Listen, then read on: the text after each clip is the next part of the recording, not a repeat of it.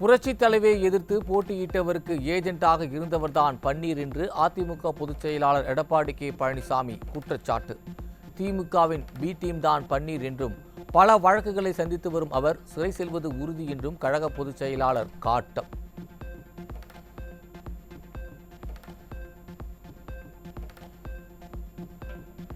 அதிமுக குறித்து பேச திமுகவின் RS பாரதிக்கு எந்த தகுதியும் இல்லை. கழக பொதுச் செயலாளர் எடப்பாடி கே பழனிசாமி எச்சரிக்கை.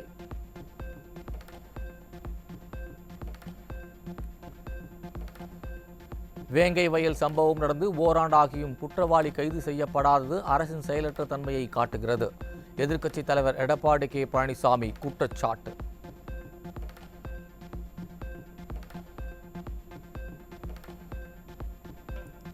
தேர்தலுக்காகவே திமுக கூட்டணியில் உள்ள கட்சிகள் இப்போது மத்திய அரசிடமிருந்து நிதி கேட்டு குரல் கொடுக்கின்றன.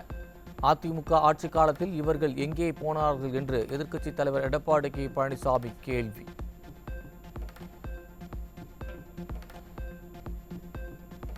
சென்னை எண்ணூர் உரத் தொழிற்சாலையில் அமோனியா வாயு கசிவு சம்பவத்திற்கு எதிர்க்கட்சித் தலைவர் எடப்பாடி கே பழனிசாமி கண்டனம். விடியா திமுக அரசும் மாசு கட்டுப்பாட்டு வாரியமும் கும்பகர்ண தூக்கத்திலிருந்து விழித்து மக்கள் பணியாற்ற வலியுறுத்தல். அமோனியா வாயு கசிவால் பாதிக்கப்பட்ட மக்களுக்கு நஷ்ட ஈடு வழங்க வேண்டும். விடியா திமுக அரசுக்கு எதிர்க்கட்சித் தலைவர் எடப்பாடி கே பழனிசாமி வலியுறுத்தல். சென்னை எண்ணூரில் எண்ணெய் கசிவிலிருந்து மக்கள் இன்னும் மீளாத நிலையில் அமோனியா வாயு குழாய் வெடித்ததில் பலர் மூச்சுத் திணறல் ஏற்பட்டு 60க்கும் மேற்பட்டோர் மருத்துவமனையில் அனுமதி. விடியா அரசின் திறனற்ற நிர்வாகத்தால் வடசென்னை மக்கள் தினம் தினம் நரக வேதனை அனுபவிக்கும் அவலம். அமோனியா வாயு வெளியேறியதால் கண்ணெரிச்சல் மூச்சுத் திணறலால் எண்ணூர் பகுதி மக்கள் அவதி. வடசென்னையில் செயல்படும் தொழிற்சாலைகளை மாசு கட்டுப்பாட்டு வாரிய அதிகாரிகள் முறையாக ஆய்வு செய்யாமல் தூங்கிக் கொண்டிருப்பதாக குற்றச்சாட்டு. சென்னை எண்ணூரில் திமுக MLA-வை முற்றுகையிட்டு வாக்குவாதத்தில் ஈடுபட்ட மீனவ பெண்கள். அமோனியா வாயு கசிவு ஏற்பட்ட தொழிற்சாலையை நிரந்தரமாக மூட வலியுறுத்தல்.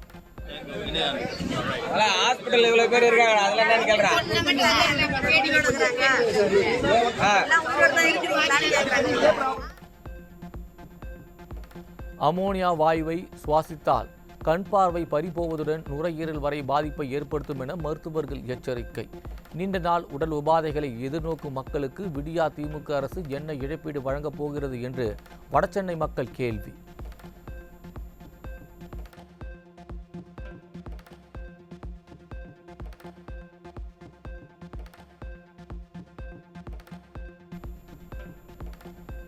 சென்னை தண்டையார்பேட்டையில் உள்ள IOC நிறுவனத்தில் விபத்து. பயங்கர சத்தத்துடன் பாய்லர் வெடித்ததில் தொழிலாளர் ஒருவர் உயிரிழப்பு. சேலம் சங்ககிரி காவல் நிலைய வளாகத்தில் மர்ம பொருள் வெடித்து தூய்மை பணியாளர் உயிரிழப்பு. காவல் நிலையத்திலேயே மர்ம பொருள் வெடித்துள்ளது விடியா அரசின் லட்சணத்தை காட்டுவதாக மக்கள் குற்றச்சாட்டு. ஊதிய உயர்வு உள்ளிட்ட கோரிக்கைகள் தொடர்பாக போக்குவரத்து ஊழியர்கள் தொழிற்சங்கங்களுடன் நடத்திய பேச்சுவார்த்தை தோல்வி. திட்டமிட்டபடி ஜனவரி 4ஆம் தேதி வேலை நிறுத்தம் நடைபெறும் என அண்ணா தொழிற்சங்க பேரவை செயலாளர் கமலக்கண்ணன் அறிவிப்பு.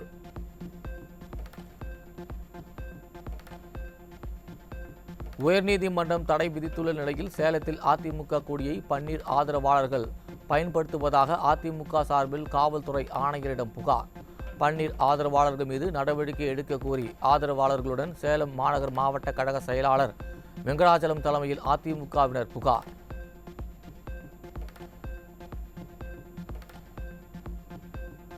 பத்தம்ச கோரிக்கைகளை வலியுறுத்தி நாளை திட்டமிட்டபடி கோட்டை முற்றுகை போராட்டம் நடத்தப்படும் என ஜாக்டோ அமைப்பினர் அறிவிப்பு. 30 மாதங்களாக தாங்கள் ஏமாற்றப்பட்டுள்ளோம் என்றும் வேதனை.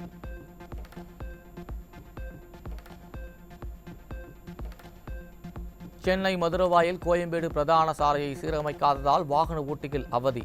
கனமழையால் சேதமடைந்த சாலையை விடியா திமுக அரசின் நிர்வாகம் சீரமைக்க வேண்டும் என பொதுமக்கள் வலியுறுத்தல். தொடர் மழையால் செங்கல்பட்டில் குண்டும் குழியுமான தேசிய நெடுஞ்சாலை. சேதமடைந்த சாலையை சீரமைக்க வாகன ஓட்டிகள் வலியுறுத்தல்.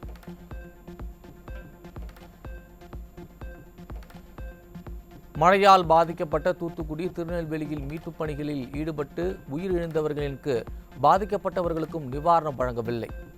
திறமையற்ற திமுக அரசுக்கு மீனவர்கள் கடும் கண்டனம்.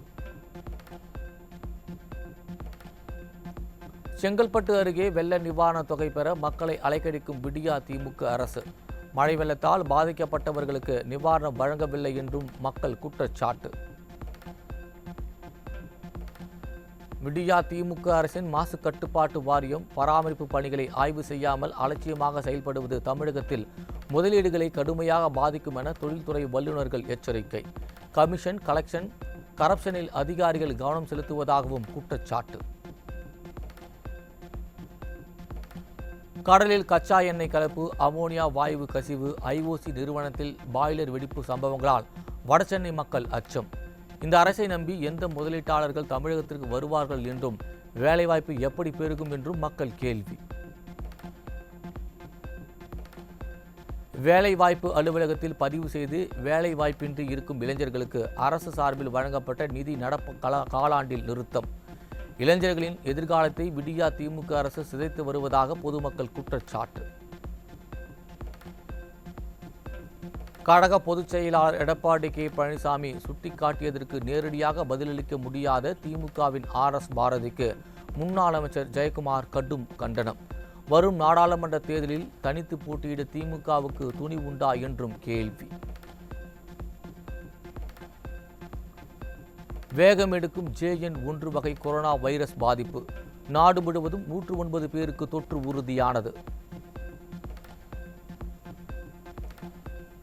புதுச்சேரி உருளையான்பேட்டை தொகுதியைச் சேர்ந்த 55 வயதுடைய முதியவர் கொரோனா தொற்றுக்கு உயிரிழப்பு.